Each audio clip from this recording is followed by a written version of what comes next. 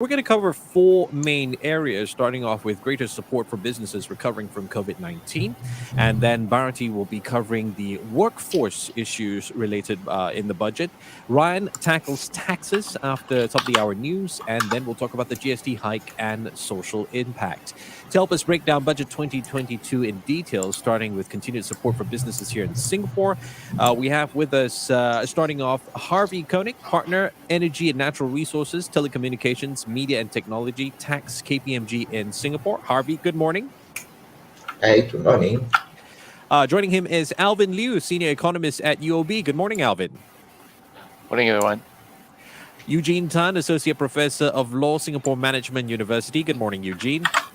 Morning, Alex. Morning, everyone. Thanks for having me. As well as Ang Yuet, Vice President, Association of Small and Medium Enterprises. Good morning, Yuet.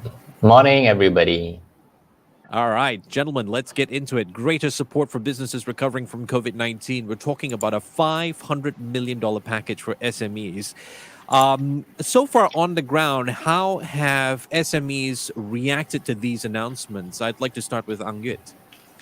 Well, I think if you look at the support, a lot of it is really a continuation of what the policy has been the last few years, especially if you look at the digitalization support. And in some cases, it's been expanded.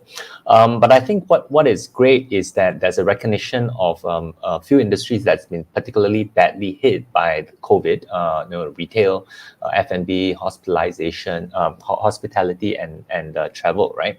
And recognition of that and the support for that in the business recovery, that's been great for the businesses in those industries. Alvin, what are you hearing where SMEs are concerned? How much will this additional support help? I fully agree with Ang that this is quite the package that you talked about is very targeted to those segments that are still impacted by the COVID-19. Certainly, if you look across the economy itself, some sectors have already recovered. I think manufacturing in certain areas, right, is thriving actually, based on some of the numbers last year. But some of these sectors that was we named are still require help, which is why the help is very much targeted. But what we did find we did a survey of some of the SMEs that UOB works with, right? A lot of in the broader scheme of things, a lot of these measures, right, a lot of them are more aware, but then they are not actually planning or actually applying for it. In part, I think there is a gap still between understanding that knowing that there are these measures, but the way of going to apply for this, right, and they really need help on that part. I think, and if you're talking about the lower you go, the smaller the SMEs, right, the less resources they have to actually sift through all these plans and this help measures, right, for them that are relevant to them. So that is one thing that I probably see in some of the feedback from some of the SMEs that UOB works with. Thanks a lot for that. Eugene, on the back of what Alvin has just said, and this seems to be a constant problem, right? Not having enough resources. And you probably hear from them saying, hey, we're just trying to survive here. What are your thoughts on this? Ellen, I think in the end, the intentions are good, to have this business support package. But certainly, government agencies like Enterprise Singapore, really need to reach out even more. But I think I look at the $500 million package really as an indication that the government is prepared to do more. I think on the back of the very strong economic growth last year, 7.6%, I think there is a sense that we are now at the tail end. But I believe that we still have a lot to provide if the need arises, given the unpredictable arc of this pandemic. Okay, good intentions. That's important. Let's check in with the tax man, Harvey Koenig. Harvey, any other gaps need to be filled now? Yeah, thanks, Elliot.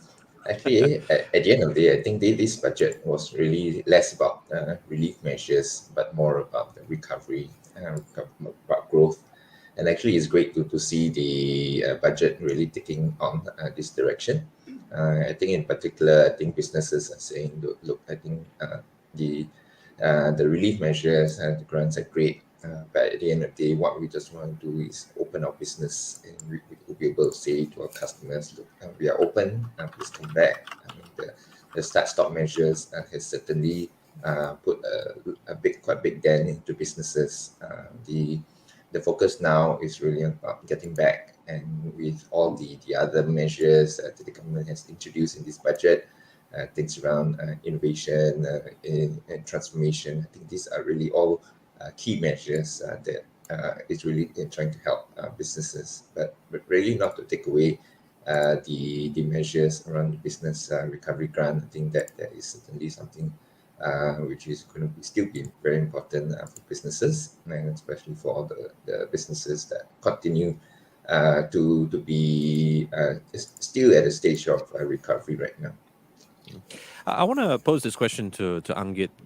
Since you're quite on the ground where the SMEs are concerned, with everything we've talked about, you've got this push to strengthen local enterprises. Things like Productivity Solutions Grant, SG Global Enterprises.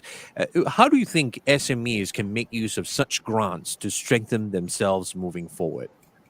Yeah, it's very clear that most SMEs through this 2 years pandemic, right, have realized that there's two main tracks, broadly speaking.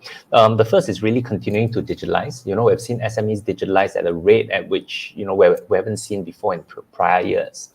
And because of the need, and we've seen quite a few new business models show up. And the other part is really human capital. We've seen the SMEs losing people. We have the great resignation around the world, and in Singapore particularly, the drive for digital workers have resulted in a huge demand for people who have some digital skills, and SMEs who want to have more people with these skills, and also losing people with these skills to maybe larger, well-funded enterprises. So the support, if you look at the government's package, is really around people and mid-career as well. Right. So SMEs now have the chance to really look at targeting a new group of people, career converters, as well as people who prior to this will not be considered in traditional view to be hired or really to support. And then you got to know that the cost for foreign labor is continuing to tighten. So SMEs have to really look at looking at restructuring how they do talent, how they retain, and how they grow, and that's pretty critical. I like that you bring all of that up, Angit, and it overlaps to what I want to talk to Eugene about. Eugene, this whole $200 million over the next few years to build digitalization capabilities, this was an emphasis 2 years ago when the pandemic hit us. It's still an emphasis now. Shouldn't it be something we already know, and yet we still need so much government help here? Well, I think, Elliot, when you look at the imperative to digitalize, I think that has been underscored, during the pandemic. And I think, as Amit pointed out, companies, SMEs are digitalizing at a rate that was never before. And I really see it as an ongoing process. And so when you look at the $200 million, it's not really a huge sum, but enough, right, for SMEs that are still lagging behind, to really jump on the bandwagon.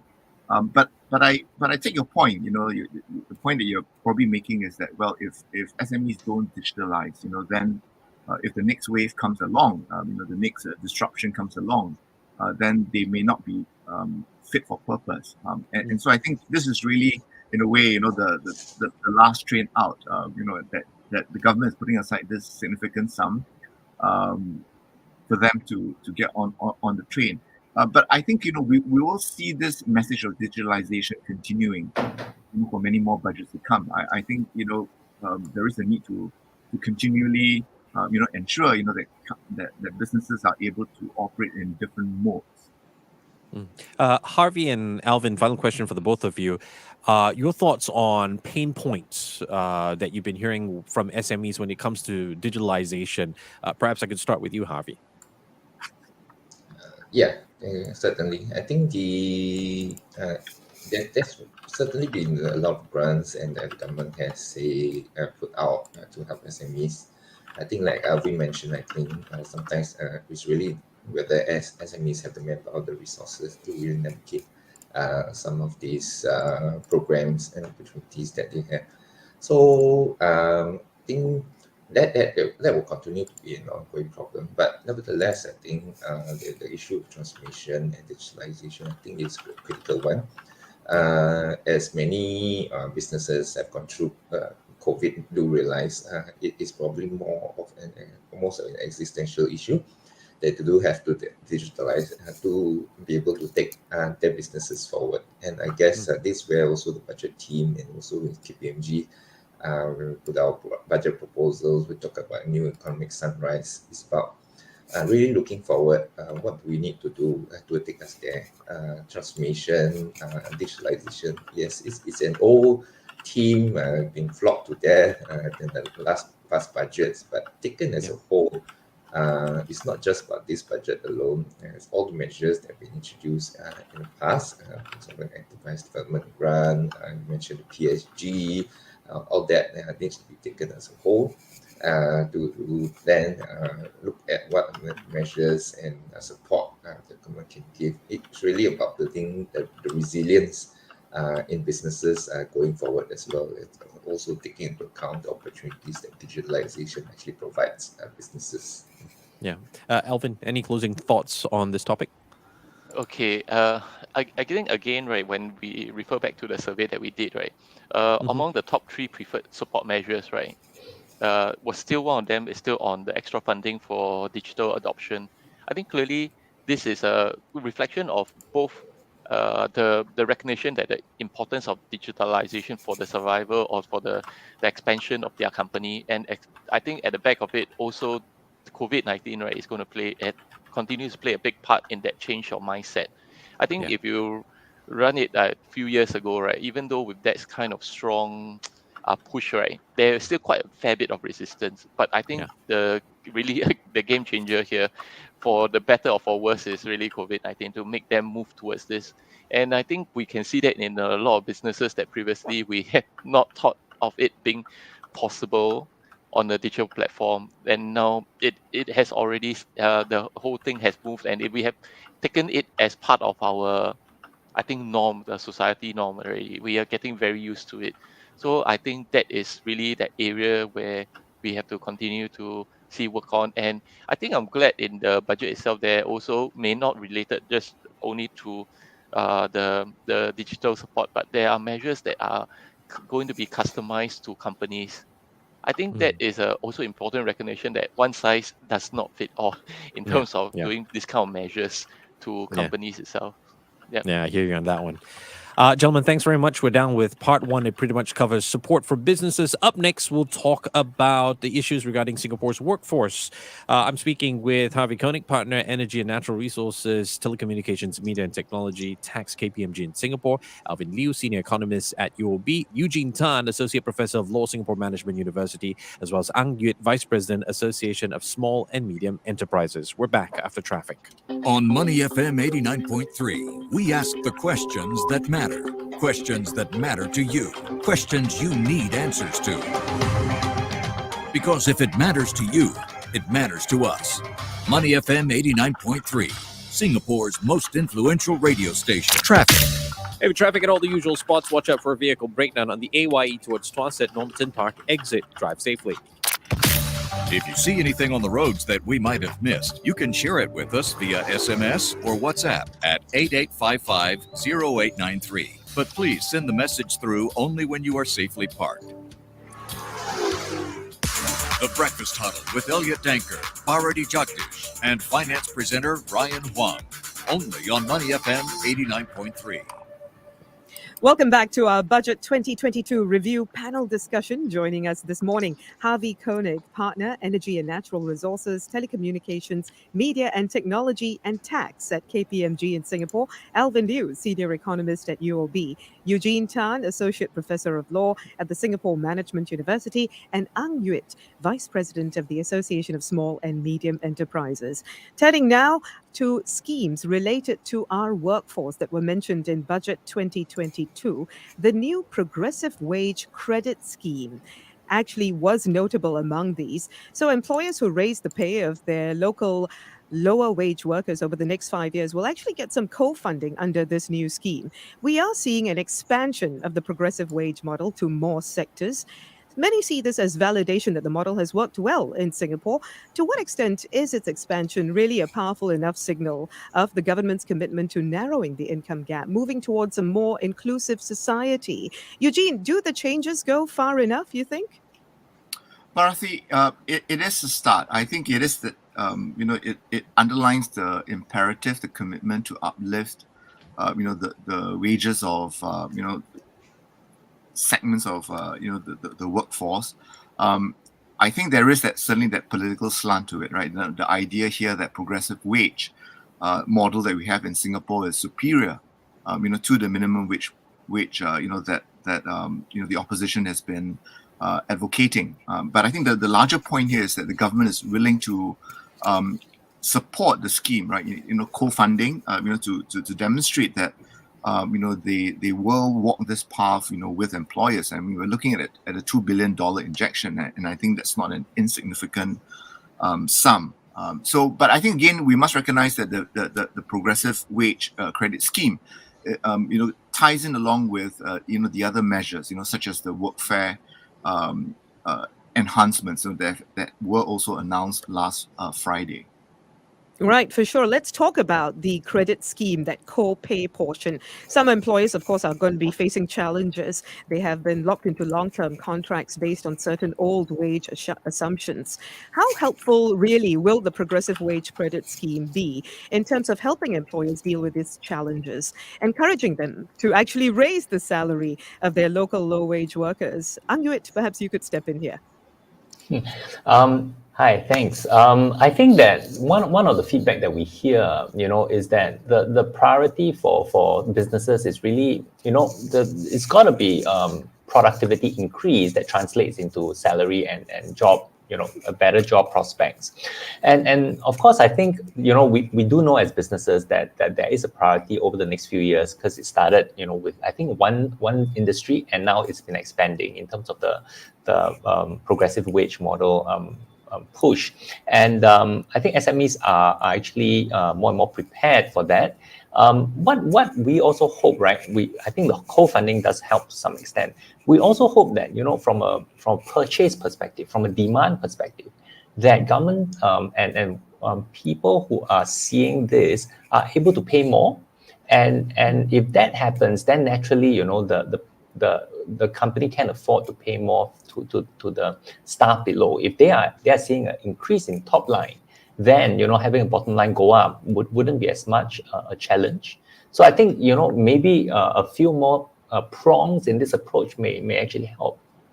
Right, so consumers will have to be willing to pay more for goods and services too. Harvey, could you step in here? To what extent does there need to be a better balance here? Consumers need to be prepared to pay more, but businesses also need to be prepared to be more creative in terms of how they manage costs. Yeah, absolutely. So I think it's really like what Angit mentioned. It's really how do we actually imbue productivity into the business? How do we manage costs? Because at the end of the day, while businesses would certainly love to be able to pass on this cost to consumers, at the same time, there's also competition out there. So it's not just about company being able to pass on the cost. It's how you position yourself in the market, how to actually grow your business. And at the end of the day, I think one of the interesting areas in this budget is about how businesses can create certain niche or first mover advantage for themselves. And I think we'll be discussing this later, but certainly the green plan, the thing from sustainability, that's just areas that businesses need to start looking at early so that they can get a head start over their competitors. Something else that is catching the attention of a lot of businesses, both SMEs and MNCs, is the tightening of Singapore's foreign worker policies. We are going to be seeing the minimum qualifying salaries for new EP applicants and S-Pass holders raised very soon. Sure, this helps ensure a strong Singaporean core. It ensures that the foreigners who are hired are of the right quality. But of course, it would also create cost pressures at a time when a lot of companies are already facing a manpower crunch. To what extent would such policies actually only serve to exacerbate the hiring challenges that companies are facing at this time? And in fact, maybe even move jobs out of Singapore? Perhaps, Alvin, you could step in here. I would like to see all these measures put together as a it all supposed to work in tandem together. I like it to think of that if you look at the wage credit scheme, right? That's your carrot to help you to co-fund that part to throw in the money. But when you look at the tightening, that would be your stick. Then Mm. the essential idea is also to move you towards being more productivity, being more efficient in your in your operations. It is nice if we can all get big payouts and do the same thing over and over. But after 5 years, is nothing is improved, right? Then essentially the money given, right, has gone to waste, that $2 billion. So the other part of the equation needs to come in where if the companies has to be encouraged in some ways to look for more productivity improvements in their operations. Of course, when you look at the tightening, right, one of the specific sector that was see the DRC that has been lowered further, right, is construction, where we know that is labor intensive, and it need not necessarily be so because there are over the over the centuries, much has improved in the construction industry. But whether how to make the companies, related companies, take it up, right, then you have to throw in this mix. That's just one example. But of course, I think the productivity story doesn't stop with just that sector alone. It also applies to a lot of other sectors, whereby I think when tourists comes back in a big way, right, F&B will pick up again. But does that mean they stop their productivity and their digitalization plans because now the people have come back? Then we just put everything to halt. That shouldn't be the way. It should be a journey rather than just a stopgap measure. That's how I feel. Right, certainly. Harvey, what are your views on this? I mean, is there a real fear that jobs might move out of Singapore in spite of the fact that all these other complementarities have been mentioned and should be considered? Yeah, I think the pandemic situation has really reduced local mobility. So I think that is one factor which is going to be pressing upon businesses. Will you be able to continue to access labor from overseas? So with this in mind, I guess that's where the government is coming in to say that, look, I think as we transition to economic growth, we do have to look at some of these constraints, these restrictions. We need to invest more in our local workers. Because in the short term, there's going to be some pain. We hear about the Great Resignation.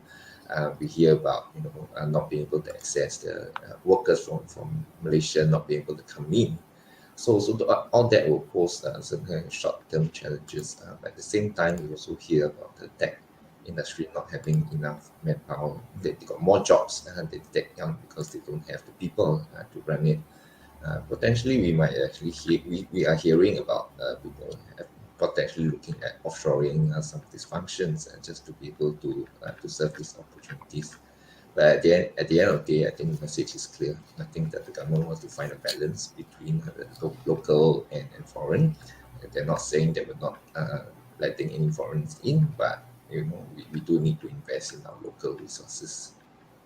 Thank you very much, gentlemen. Let's just take a short break. We'll continue talking about one of the biggest aspects of Budget 2022, taxes, in just a moment. Stay with us. Your voice, your thoughts, your needs. Money FM Budget Conversations 2022. Presented by UOB in partnership with KPMG and Reach. Leading the business news this hour on Money FM 89.3. Good morning. Here's our tracking. Donald Trump's new social media venture, Truth Social, is set to launch in Apple's App Store later tonight. Tesla faces a review in Germany over an autopilot feature as regulatory scrutiny intensifies into the car maker's driver assistance technology. And in India, a public offering of shares by the country's state-run life insurance corporation is set to be India's biggest yet at $8 billion, and it's expected to be open for anchor investors on March the 11th. More coming up in the next hour. Keeping you in touch with the world. Money FM 89.3. Money FM 89.3. News headlines from the Straits Times. Good morning, I'm Adrian Abraham with the news.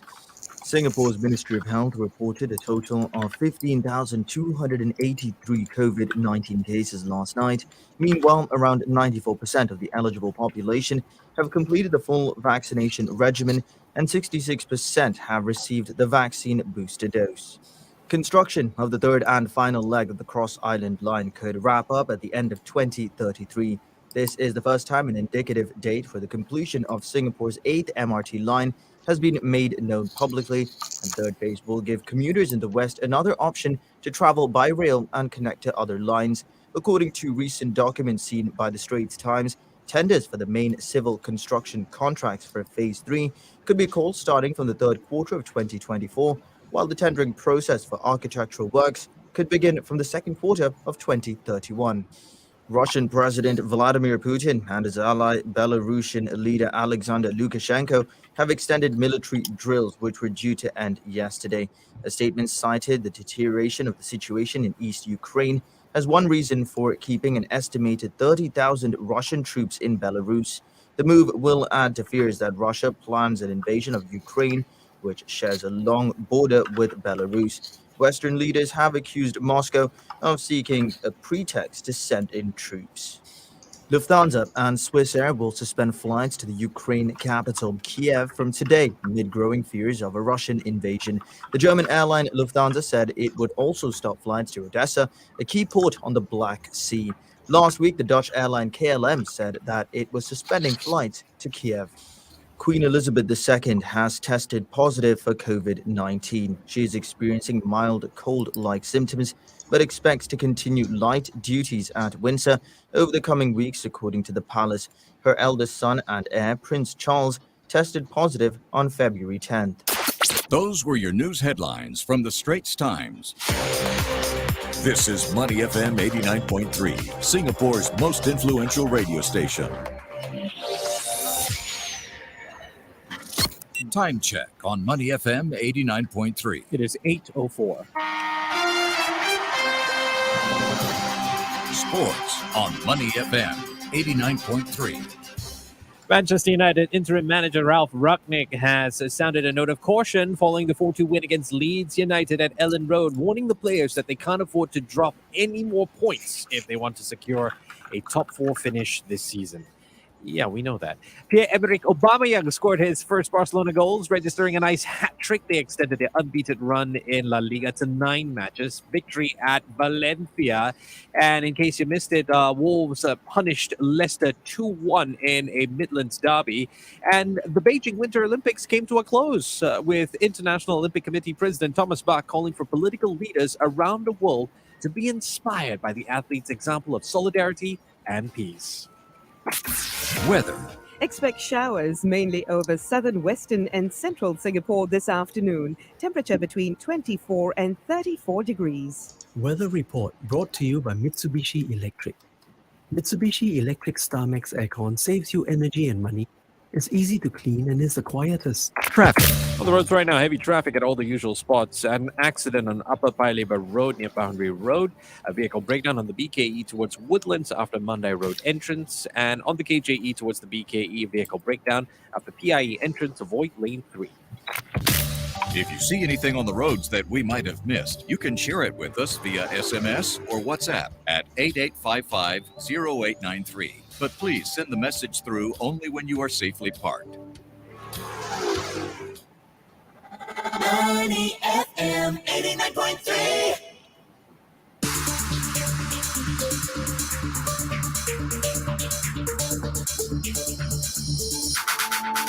Start your mornings on the right track. The Breakfast Huddle, weekdays 6 a.m. to 9 a.m. Only on Money FM 89.3. Money FM 89.3. Good morning. It's the Breakfast Huddle. Elliot Danka, Bharati Jagdish, and Ryan Huang with you. We'll continue our Budget 2022 review in just a bit. We're live on Facebook, by the way. Head over to facebook.com, search us up, Money FM 893. Yes, indeed, a lot to discuss. And in this round, we're also going to be talking about taxes, one of the biggest aspects of the budget. All right, Ryan, opening numbers around Asia. How is it looking this morning? All right, it is in the red, and it is being led by Korean markets down by 1.6%, Japanese markets lower by 1.5%, and Australia also down by 0.7%. And this tracks the negative leads we got overnight, or rather last Friday on Wall Street, which was really weighed down by all those jitters from the Russia-Ukraine situation, and also investors digesting growing calls from Federal Reserve officials for higher interest rates to fight inflation. All right, more details and finance updates a little bit later on at 8:35. And Your voice, your thoughts, your needs. Money FM Budget Conversations 2022. Presented by UOB in partnership with KPMG and Reach. And we are live on Facebook now and continuing the Budget 2022 review panel discussion. And here's what was possibly the biggest aspect of Budget 2022, taxes. And to help us break down the announcements that were made, we have with us today Harvey Koenig. He is the partner for Energy and Natural Resources, Telecommunications, Media and Technology, Tax, KPMG in Singapore. Alvin Liu, Senior Economist at UOB. Eugene Tan, Associate Professor of Law at SMU, and Ang Yut, Vice President of ASME. Now, gentlemen, one of the big areas of focus was around carbon taxes, and it pretty much is in line with how we are trying to reform the tax system to be more inclusive and sustainable. And on that front, in the area of carbon taxes, it will be ramped up from the current $5 per ton to around $50 to $80 per ton by 2030. And this is being digested by many companies right now, in terms of what do I need to do? Are we ready for that? Now, let's get Ang Yut's view first on how businesses have been adjusting to the news. Yut, what has been the feedback you've been getting on the ground so far when they've been hearing about the carbon tax hike? Now, to be honest, many SMEs are really still digesting the real implications to their business. Unless you are really in manufacturing or you are directly impacted by the carbon tax, your cost implication is going to be downstream. And most are really concerned just about, rising costs in the supply chain, rising costs in the manpower, rising costs in, electricity. So that has still to be played out. That's the general sentiments that we're getting right now. Yeah, it does sound like a bit more pain points and higher costs that businesses have to grapple with. Harvey, let's look at how this is being rolled out across the world. What is the global landscape like right now when it comes to how Singapore is pushing the agenda on the carbon tax front? Where are we when we look at the rest of the region and the rest of the world when it comes to the level of carbon taxes? Yeah, thanks, Ryan. I think certainly I think the climate agenda has come to the fore in recent months. I think we look at COP26. There's a whole lot of discussion and urgency, in fact, in really trying to tackle the climate change issues. I think many businesses are also starting to realize that is actually a business opportunity around sustainability. So, for example, consumers now are more discerning that they're looking at buying goods where there is a sustainability angle to it. So it's not just about really trying to save the environment, but also how do businesses adapt to consumer taste as we go forward. The carbon tax in Singapore is certainly something that has been implemented some years ago. And at the point of introduction, I think the government has indicated that they would increase the rates. And what we're seeing now, the rates probably, while the increase it does seem to be quite a significant jump. It does compare to carbon tax rates around the world. I think we were talking about 50 to 80 by the 2050, but I think that does compare to what we're seeing around the world. Yeah, Harvey, one of the announcements on that front as well is the use of international carbon credits of high quality. Some of businesses out there will be trying to figure out, how do I make use of these carbon credits? Can you just give us a bit of a walkthrough how this works in terms of offsetting some of those carbon taxes? Essentially, companies can buy carbon credits rather than pay the carbon tax. So also government has indicated that as part of the carbon tax regime, they can offset up to 5% of the of the emissions through carbon credits. We were talking about high quality international carbon credits, which was referenced in the budget. So this means that companies can, for example, go and buy carbon credits generated, for example, by a reforestation initiative in Indonesia, for example. I think where it's there will be a international trading platform that essentially should be created for companies to be able to trade these carbon credits. There are some of these platforms existing right now, but in Singapore, let's hope for further news on this. But otherwise, companies would have to go internationally or negotiate some of these carbon credits between with other businesses.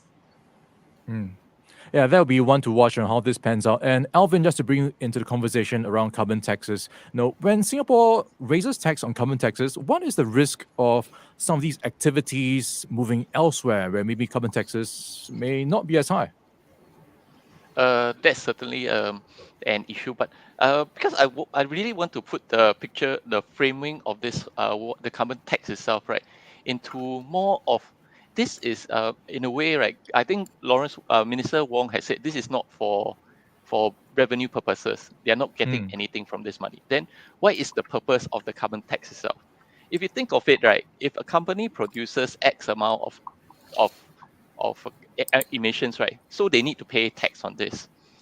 But on the longer term, right, there is a way out for them, which means they change their production to be more green so that they will lower their tax.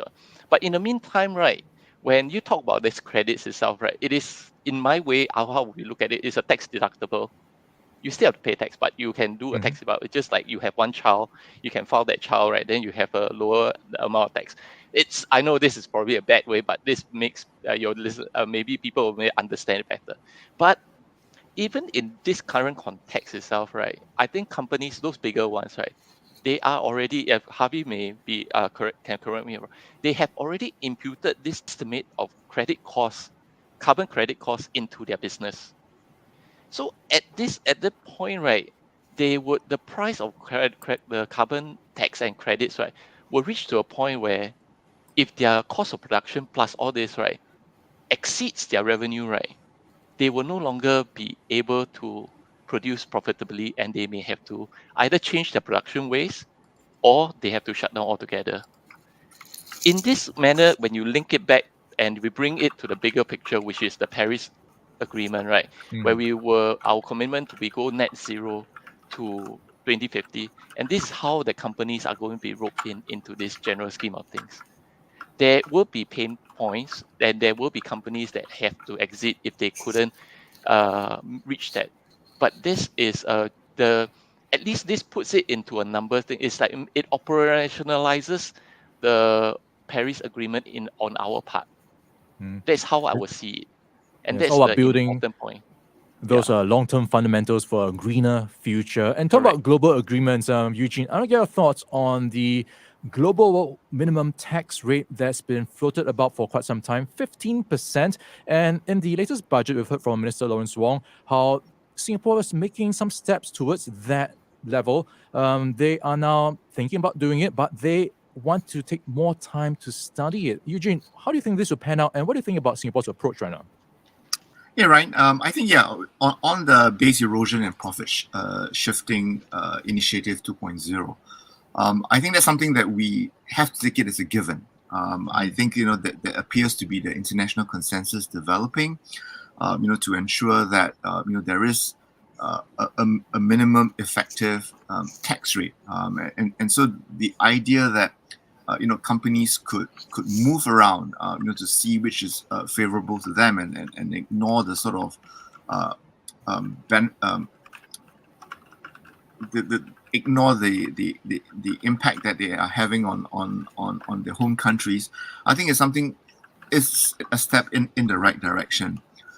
So I think Singapore is really at the moment playing a wait and see, adopting a wait and see approach. And I think that's something which will ensure that we don't make premature moves. But I think it is also a signal to me, that the government will have to eventually take it as a given.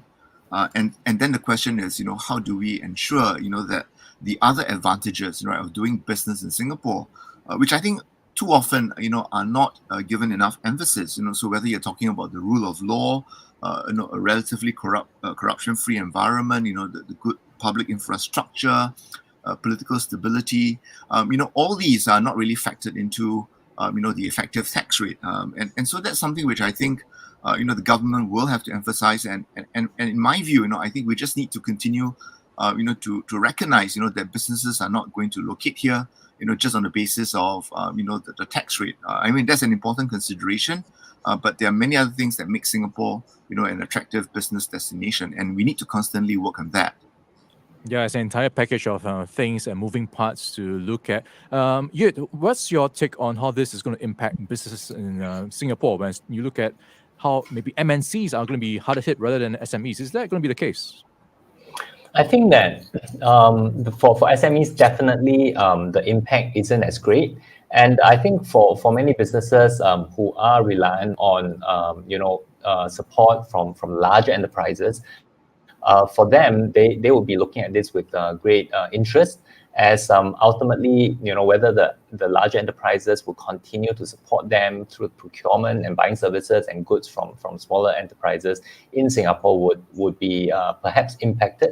But I think in the short run, that would not be something that's on the target board, but maybe in the medium term, something that businesses will have to start to adjust and be aware of what's going on.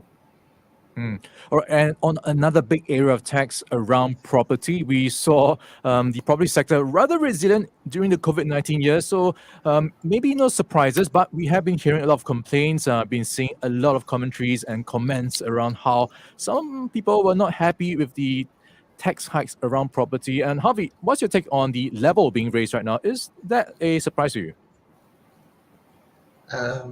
I guess maybe to put it into perspective, I think the government was mulling the introduction of a wealth tax, which would have imposed new taxes on all forms of wealth, including properties.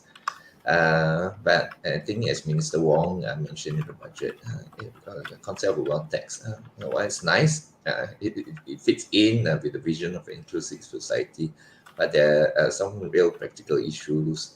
How do you value your wealth? What do we tax?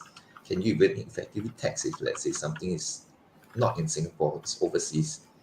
And more importantly, also from the business perspective, Singapore has been trying to from its efforts, Wealth Management Hub, introduction of the wealth tax also have impact on that. So I think that's where, I guess also from a pragmatic basis, the government has instead chosen to look at property as kind of a proxy for wealth, and basically increase the tax rates on property tax. So it is not a new tax, but rather it is something that which is introduce greater progressivity into the property tax system. Of course, alongside that, they've also introduced the luxury tax on cars as well, and also increased the personal tax rates for the top earners. So I think put together, the revenue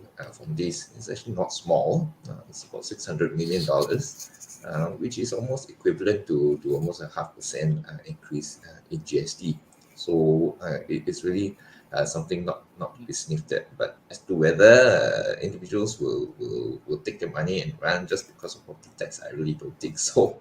Yeah, I think the way it's crafted is really to say that this is a redistributive effect, and the increase taken into perspective is actually not that much. All right, thanks, Harvey. It's time for a quick traffic break, and we'll be back to wrap up the panel discussion with the most anticipated announcement at Budget 2022, GST. The Breakfast Huddle with Elliot Danker, Bharati Jagdish, and finance presenter Ryan Huang. Only on Money FM 89.3. Traffic. On the roads right now, just heavy traffic at all the usual spots. No major incidents. Drive safely. If you see anything on the roads that we might have missed, you can share it with us via SMS or WhatsApp at 8855-0893. But please send the message through only when you are safely parked. It's time to start the new year with the roar. Trade free of charge for 12 months with City Index for up to $1,000 in cash rebates on your trading costs each month. That's a potential $12,000 to withdraw and spend as you wish. Pay zero in spreads, commissions, and financing costs. And sign up for a roarsome new year at cityindex.com.sg. All trading involves risk. This ad has not been reviewed by the Monetary Authority of Singapore. Terms apply. The Breakfast Huddle with Elliot Danker, Bharati Jagdish, and finance presenter Ryan Huang. Only on Money FM 89.3. Money FM 89.3. Good morning. It's the Breakfast Huddle with Elliot Danker, Bharati Jagdish, and Ryan Huang. It is our Budget 2022 review panel discussion. Let's take things 1% at a time. Yes, we're talking about GST. Helping us out is Harvey Koenig, partner, energy and natural resources, telecommunications, media and technology tax at KPMG in Singapore. Alvin Liu, senior economist for UOB. Eugene Tan, associate professor of law, Singapore Management University. And Angit, vice president, Association of Small and Medium Enterprises. Gentlemen, we knew it was coming, so we're going to have a 2 GST hike to take place in 2 stages. Once next year in 2023, and the next one in 2024.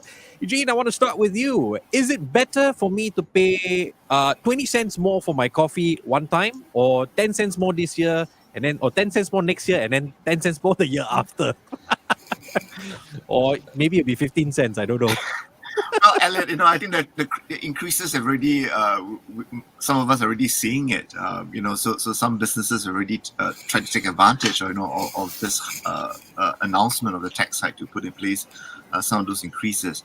I think I see, the economic climate as being one which has compelled the government, to take a phased-in approach. I think businesses would generally prefer, a one-time implementation. But when you look at the inflationary pressures, I think, that there is a sense that among segments of the population, that the government needs to be sensitive, to these concerns of, cost of doing business as well as, cost of living, for the average Singaporean. So I think really it's a matter of, the government recognizing that, there is a need, to address some of these concerns, but at the same time, bite the bullet. The increased demands on the public coffers, will mean, that we need to put in this measure. So I think when you look at the phased-in increase for the GST taking place, amidst the other announcement on the wealth taxes which we had discussed earlier, I think that helps to show that the government is not really just relying on the GST alone, much as it is a significant pot. Yeah. Alvin, just on the back of what Prof. Eugene just talked about, obviously GST is not the main thing that's going to help us recover from COVID-19. But in your opinion, in the grand scheme of things, how important is it?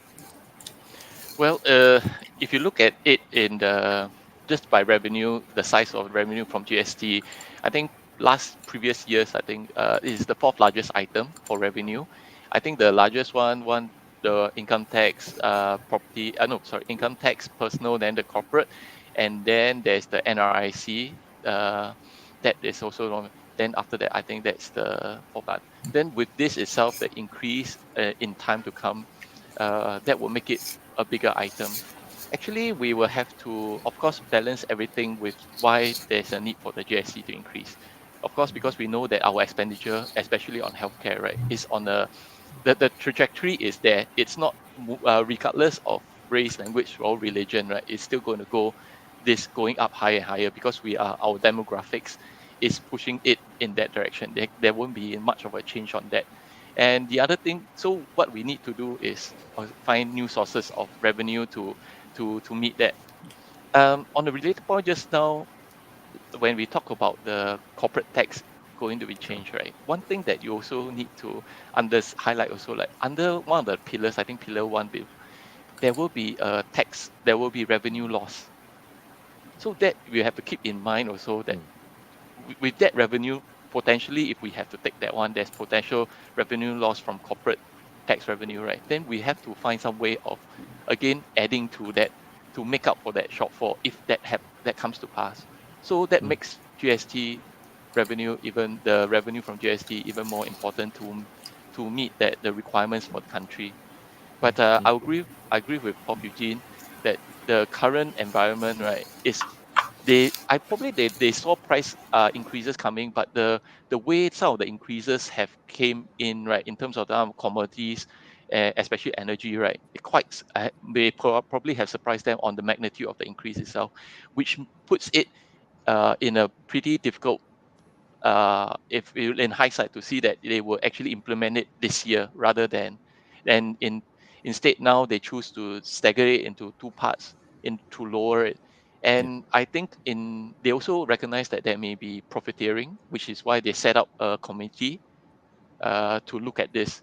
But I think in all honesty, is that when we look at the current market situation where we see the price increases of, let's say, your coffee, right, there is some um, reality in it, because of the commodity prices that have gone up in quite a sharp manner at least in the last year, and that has translated into a lot of higher costs for the day-to-day person, on the consumers. Yeah. For you, what kind of advantages do you see when it comes to raising the GST in two phases? Your thoughts? Well, for businesses, when we heard about, the GST, it's not that we don't know about it. It's been indicated in prior budgets. But when we heard about it, the major concern really has been that supply chain cost has been rising. And of course, from business, human capital cost has been rising. And business have in most parts been holding off transferring the cost to the consumers. And with the GST coming in, there'll be many who think that, hey, we really can't do that, and we've got to kind of transfer that. Now, the reality is that, GST increase technically only impacts companies and businesses that are below 1 million, or they don't register themselves for GST, because the rest they can claim it. But then apart from that, you have other indirect costs, like, your staffing costs will go up because, your staff will say, hey, cost of living is going up. I may need an increase in wages to cover for that. So the pressure on the businesses are really quite large. And we did an informal poll, and many were hoping that the increases will be beyond 12 months. Now, having increased in two steps, I think for businesses, in light of all these pressures, actually is a preferable approach, because it really delays and pushes out the cost increase, so that it gives some time for the supply chain costs, manpower costs to all stabilize. At least the businesses can start doing better planning. Harvey, on the back of what Yit was talking about, in my opinion, it feels like a give businesses headache type of budget. Your thoughts on going through this 2 years, two phases? Yeah, I think like Angin mentioned, I think from business perspective, most businesses were hoping it would just be a one-time change. Yeah, but then I think you look at the past, this is not the first time the government has done a two-step change. First time was in 2003, when they moved from 3 to 4%, and then after that 4 to 5%. In terms of actually the kind of things that businesses actually do, probably, of course, there will be they have to change the price tags twice, but usually currently most ERP systems are able to cope with the tax rate change quite easily. I Mhm. think probably what's more important is that businesses just need to understand, what they need to do to prepare for the GST increase. They probably need to understand it's probably more of a process Yep. than an actual tax rate thing. So I think it's important that businesses do plan ahead and they take look for some kind of trainings and it is uplift their accounting systems to be able to cope with it. Yeah, so I think that's the key things. Yeah. Gentlemen, I'm afraid we are out of time, but I would really want to squeeze in just some very quick impressions of the 6 billion assurance package. We're going to get a top up of 640 million. Just very quick impressions. Alvin, can I start with you? Quickly, right? This is really focused on helping the most vulnerable and the lowest income group, and that also I think is a reinforcing of the government's commitment for the inclusive society, the social compact. I think that is the buzzword right now. Yep. Yut, any thoughts? Yeah, I think for businesses, of course, no real direct impact. But I think businesses we've known are very supportive of a inclusive society, and in any ways that business can actually come in. Yeah. Eugene, I guess we'll feel less of a pinch then.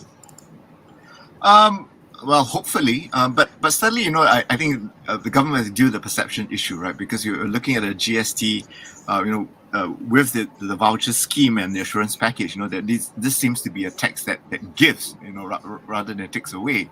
But I agree with the sentiments that have been expressed. I think it is that commitment, to ensure that people can cope, with this higher tax. Harvey, any closing thoughts? Yeah, so I think at the end of the day, I think as Mr. Lawrence Wong mentioned, I think it's about renewing the social compact. So the assurance package is one of the many measures that we introduced to introduce greater progressivity and fair and kind of equitable tax system where kind of everyone pays for the fair share, but the less well off benefits more from the system. All right. No, thank you very much, gentlemen. This Budget 2022 review was written and produced by Nadira Kamarudin. Thank you very much to our panel of guests, Harvey Koenig, Partner, Energy and Natural Resources, Telecommunications, Media and Technology, Tax at KPMG in Singapore, Alvin Liu, Senior Economist for UOB, Eugene Tan, Associate Professor of Law, Singapore Management University, and Angit, Vice President, Association of Small and Medium Enterprises. Gentlemen, thank you. Take care and stay safe. Thank you. Money FM Budget.